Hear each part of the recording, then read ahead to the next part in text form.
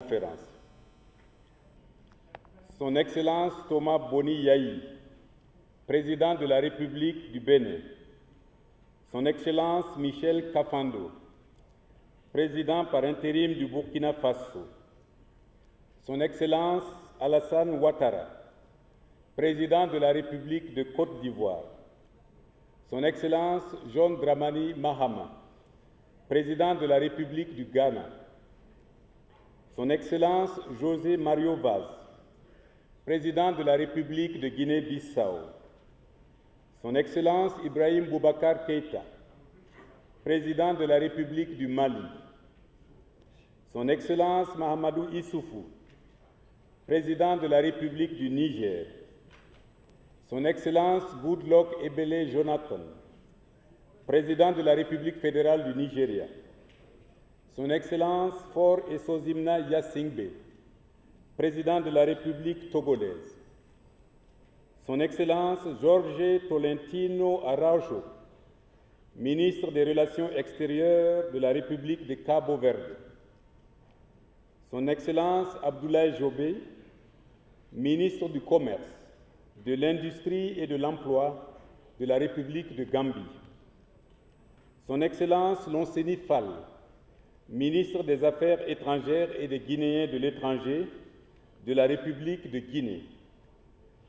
Son Excellence Augustine Pehé Ngafouan, ministre des Affaires étrangères de la République du Libéria. Son Excellence Mankeur Ndiaye, ministre des Affaires étrangères et des Sénégalais de l'extérieur de la République du Sénégal. Son Excellence Eboun Strasser King, vice-ministre des Affaires étrangères et de la coopération internationale de la République de Sierra Leone.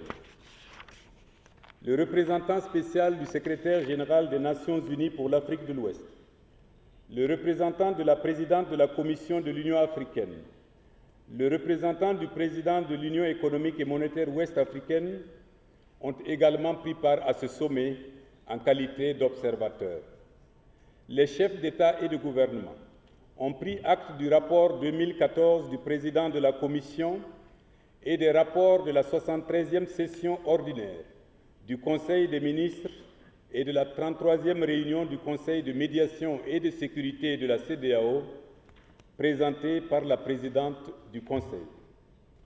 La conférence est félicitée de la qualité des rapports ainsi présentés et elle a salué la portée des recommandations qui y sont faites et qui contribuent à l'approfondissement du processus d'intégration régionale. La conférence a réaffirmé son attachement indéfectible à la solidarité ainsi qu'aux principes sacrés de la démocratie, à la paix et la bonne gouvernance pour une région stable et fortement intégrée. Les chefs d'État et de gouvernement ont réitéré leur ferme détermination à poursuivre de manière collective, à travers des actions renforcées, leurs efforts visant à garantir la sécurité humaine et le développement durable en Afrique de l'Ouest. Après un examen approfondi des défis inhérents à l'approfondissement du processus d'intégration, les chefs d'État et de gouvernement sont parvenus aux conclusions et décisions spécifiques suivantes. Au titre des performances économiques régionales et de la consolidation du marché commun, la conférence note l'amélioration des perspectives de croissance de la région pour 2015 en dépit de l'impact de la maladie à virus Ebola sur l'économie de la région. Afin de consolider ces performances enregistrées depuis plus d'une décennie et contenir les effets négatifs de la maladie à virus Ebola, les chefs d'État et de gouvernement réaffirment leur ferme volonté de rester mobilisés dans la lutte coordonnée contre ce fléau.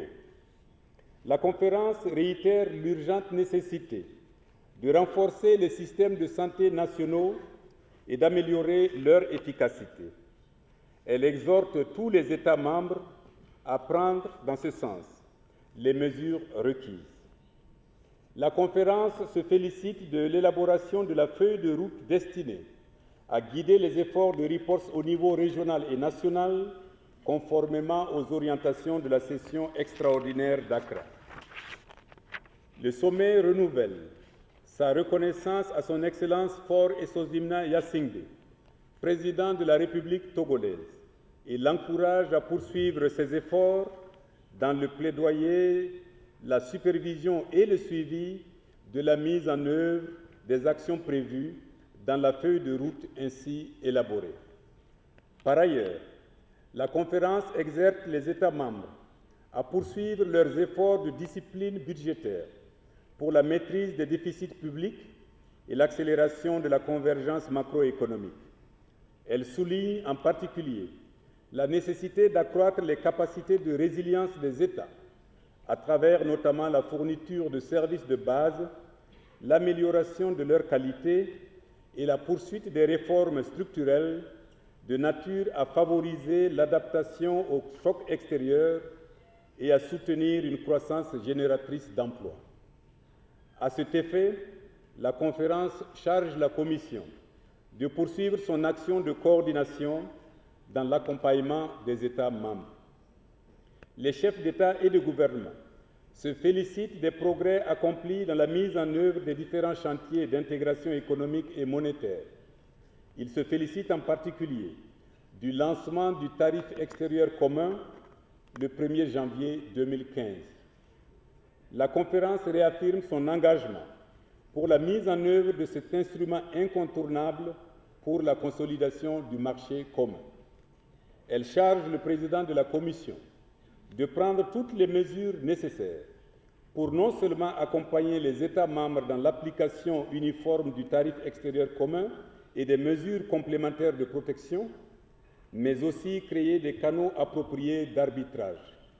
La conférence lui demande également d'accélérer le processus de mise en place des mécanismes de suivi et de finalisation du Code communautaire des douanes de la CEDEAO.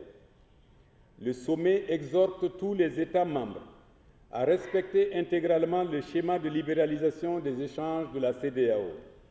En renouvelant son engagement pour la libre circulation des personnes et des biens, le sommet les invite également à continuer à veiller à l'application des protocoles élaborés en la matière. La conférence demande à la Commission de prendre rapidement les mesures qui relèvent d'elle pour rendre effective la mise en service de la carte nationale d'identité biométrique de la CEDEAO.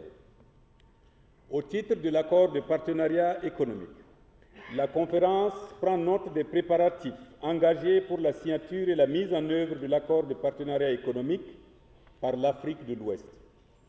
Saluant la signature du texte de l'accord le 12 décembre 2014 par le Conseil des ministres européens, la conférence instruit les négociateurs en chef de l'Afrique de l'Ouest de diligenter les actions en vue d'organiser, dans les meilleurs délais, la signature de l'accord et sa ratification par tous les États membres. Dans cette perspective, les chefs d'État et de gouvernement exhortent les États membres à prendre les dispositions nécessaires en vue de s'engager tous à un niveau approprié dans le processus de signature et de ratification du texte de l'accord. Réitérant l'importance de l'appropriation dans la mise en œuvre de l'accord, la conférence demande aux négociateurs en chef de l'Afrique de l'Ouest de poursuivre les campagnes de sensibilisation et d'accélérer la mise en place du dispositif institutionnel de l'APE et des textes y relatifs. Elle les encourage également à finaliser le processus de négociation de l'accord d'association entre la CEDEAO et la République islamique de Mauritanie. La conférence renouvelle sa gratitude à son Excellence Macky Sall, président de la République du Sénégal, pour son implication dans le processus de conclusion de l'accord et lui demande de poursuivre son rôle de supervision du processus de la signature et de la ratification. Au titre des politiques sectorielles, la conférence réitère son engagement à faire de l'Afrique de l'Ouest une région où prévaut un environnement favorable aux investissements. Elle entérine le cadre stratégique régional pour le développement du secteur privé, consacrant ainsi l'importance du rôle attendu de ce secteur dans la promotion de l'intégration. la conférence charge la Commission de prendre toutes les dispositions nécessaires pour assurer la mise en œuvre effective des différentes composantes du cadre stratégique régional. Par ailleurs, la conférence se félicite de l'état d'avancement de la mise en œuvre des postes de contrôle juxtaposés. Elle considère que cette évolution positive est de nature à compléter les efforts de densification des réseaux de transport et de fluidification des échanges. La conférence demande à la Commission de poursuivre son action de promotion du secteur des transports, y compris l'énergie. Elle l'instruit en particulier de poursuivre ses efforts de mobilisation des ressources nécessaires en vue de soutenir la mise en œuvre des différents projets engagés dans ces différents secteurs. La conférence salue l'implication de son Excellence Alassane Ouattara, président de la République de Côte d'Ivoire, dans la promotion du secteur des infrastructures et l'encourage à poursuivre son action. Le sommet souligne l'importance du rôle de l'éducation dans l'édification de la société, la construction de la démocratie, la promotion des droits de l'homme et la réalisation de l'intégration régionale. Elle exhorte les États membres à s'engager résolument dans l'amélioration des systèmes éducatifs, notamment dans le domaine de l'enseignement supérieur et de la recherche scientifique. Le sommet encourage la Commission dans ses efforts consacrés à la relance de ce secteur important pour le développement durable à travers notamment la promotion des politiques adéquates et l'accompagnement des États. Par ailleurs, le sommet réaffirme sa détermination à poursuivre la lutte contre les effets du changement climatique. En prélude à la conférence de Paris prévue en 2015 sur le climat, le sommet demande à la Commission de veiller à l'harmonisation des positions des États membres sur la question. Au titre de la paix et de la sécurité, les chefs d'État et de gouvernement réaffirment le lien intrinsèque entre la consolidation de la paix et la sécurité et la réalisation d'un développement harmonieux.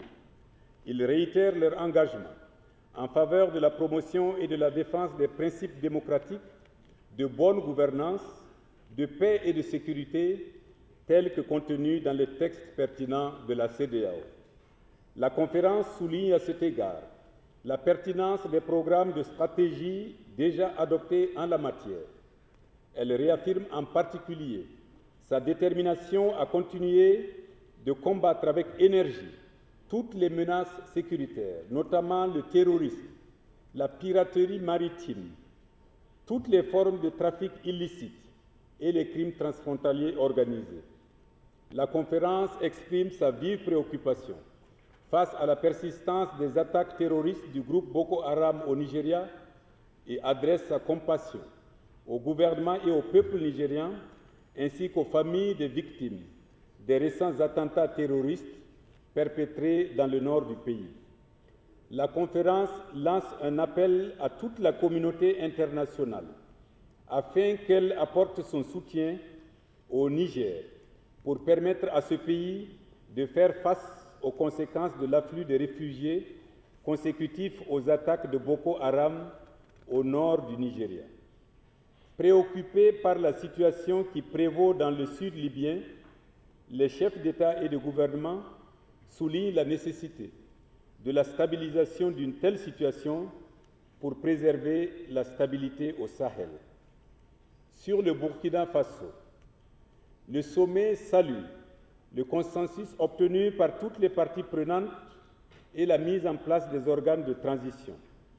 Il félicite les partis politiques, la société civile et les forces armées pour leur contribution à la résolution de la crise.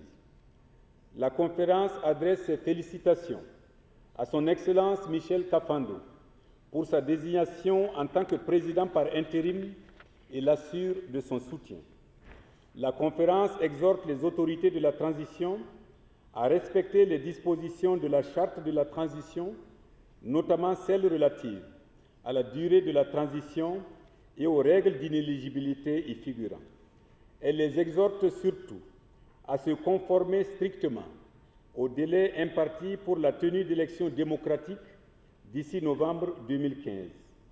À cet égard, la conférence les invite à adopter, dans les meilleurs délais, un chronogramme consensuel de la transition et à procéder à sa mise en œuvre.